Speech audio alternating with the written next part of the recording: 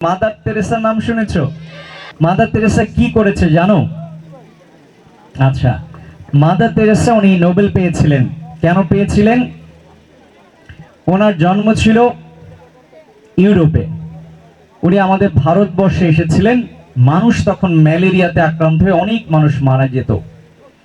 এই মানুষগুলোর কাছে ম্যালেরিয়া যখন আক্রান্ত হতো, একটা গ্রামের সব মানুষই মারা যেত।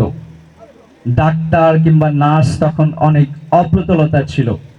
সে বাইরে থেকে এসে ভারতবর্ষে আসে। সে নিজেও একজন নার্স ছিল, তার এই ধরনের ভালো অভিজ্ঞতা ছিল। সে তার পুরোটা জীবন এইখানে দিয়ে গেছে রোগীদেরকে সেবা করার জন্য। তার নিজের কোনো ফ্যামিলি লাইফে সে যায় নাই, শুধু গরিব মানুষদেরকে। কারণ ভারতবর্ষে একটা সময় যারা প্রত্যন্ত অঞ্চলে বসবাস করত, শুধুমাত্র কৃষি নির্ভর তাদের জীবন ব্যবস্থা ছিল।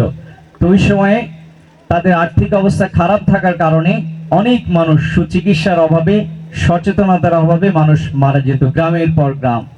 উনি তার পুরোটা জীবন এখানে দিয়ে গেছে।